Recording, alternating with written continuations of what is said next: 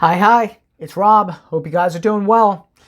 So I've got another little quick mini episode to help you make smarter decisions when it comes to being a buyer and a seller, because we want to help you win in the transaction. And today's question is, when do I get to keep a buyer's earnest money deposit? It's a great question, right? So let me first kind of explain the process a little bit, and then I'll tell you when you're able to keep a buyer's earnest money deposit. So when a buyer makes an offer on a home, they normally enter into one of the little fields there, like earnest money deposit, that they're willing to put down and risk, if they were to default, risk on that contract. It's normally 1% of the purchase price. So on a $500,000 home, it's $5,000, but it could be more. And we typically don't want it to be less, right? You want it to be 1% or more, right? We want a solid, good faith, earnest money deposit, right? It's got some meat to it. And so they'll put that money down, and as long as they comply, right? And by the way, it has to get deposited with the title company within a very short time frame, 2 to 3 days, okay? And so when they put that money down, and everybody ratifies the contract, that money now becomes at risk, but only if they were to default on the contract. So what do I mean by that? Let's say the home inspection period comes, you guys figure out, what you're willing to do or not do for the home inspection, both buyer and seller agree, great, you're past that major landmark. Next is typically the appraisal and the financing contingency.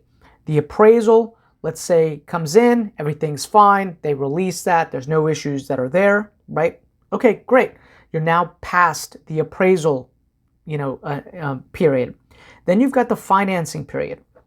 And many times, the buyer's agents and the buyers are reluctant to release the financing contingency until they get an official, yes, you're 100% good to go.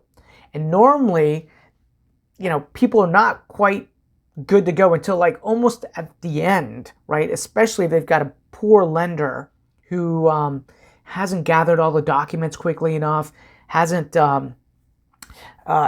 really kind of pushed their buyer to collect everything that they need. And so sometimes they're butting up to the settlement date, and that financing contingency has not been released yet.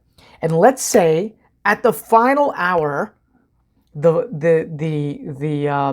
lender pulls a credit again and discovers something that messes the transaction up. And because of that, they're not able to close, and the lender sends a financing rejection letter, right? And literally, this is let's just say it's the day before settlement because people haven't really done what they're supposed to do in advance. And they don't buy the property. And by this time, maybe you've moved, you've made plans, you've left, right? And you're like, oh my God, I can't believe they're not buying this house. This is crazy. We're going to keep the earnest money deposit. And unfortunately, you can't keep the earnest money deposit because they didn't release their financing contingency, and they were still under that contingency period. So it's literally like you're back to square one because this person, the agents, didn't force the issue to get that financing contingency released, right? And there's some strategy around that I'll explain in other videos. But I've had sellers, this doesn't happen to us, but I've seen sellers that have come to us and tell us these stories, and we're like, why didn't they ask for the financing to be released 2 weeks before, right? When it was due. And then the seller's like, I didn't even know. I didn't know that was a thing, right?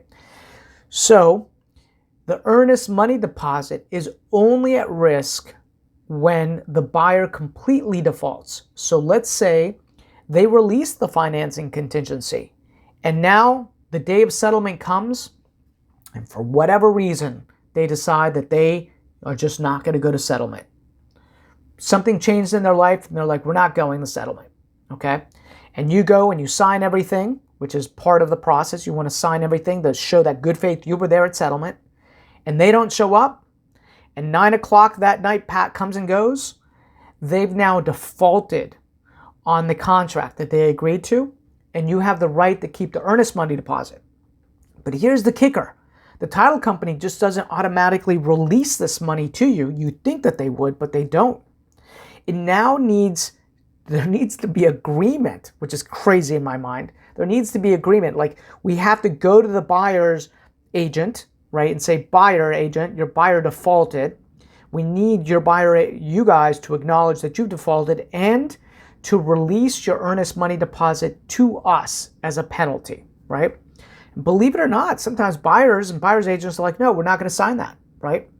Which then forces the seller to have to start being nasty and saying, listen, if you don't, we will sue you not only for the earnest money deposit, but for any expenses that we incur and for any pain that we incurred, any other additional damages that we can prove, right? And if you've got a strong agent that knows how to create that fear and that leverage, that buyer is going to sign off. If they don't sign off on that, like, we're gonna go after them and we're gonna collect that earnest money deposit plus more, right?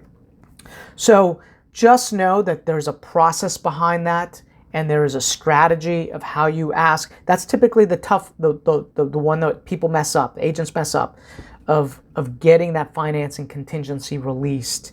And there's a whole song and dance behind that. I'll do some other videos around that. So anyhow, as always, if you have some questions about any of this stuff, hit me up on social media, text me, email me, call me. We're happy to walk through this with you so we can make you a smarter buyer and seller so that you can win in the transaction. Take care and make it a great day. Bye-bye.